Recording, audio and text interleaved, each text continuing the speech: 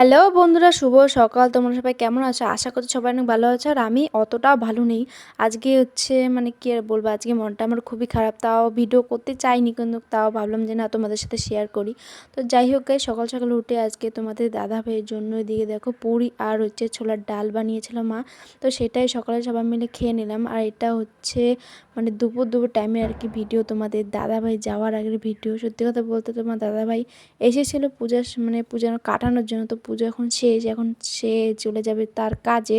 তো দেখো সত্যি কথা বলতে আমার মনটা খুবই খারাপ ছিল। আর এদিকে দেখো আমি কান্না করছি, ও সেটা একটু ভিডিও শেয়ার মানে ভিডিও আর করেছি আর কি। এদিকে তোমাদেরকে দেখিয়েও দিয়েছি, মানে ব্যাগ ওর রেডি হয়ে গেছে।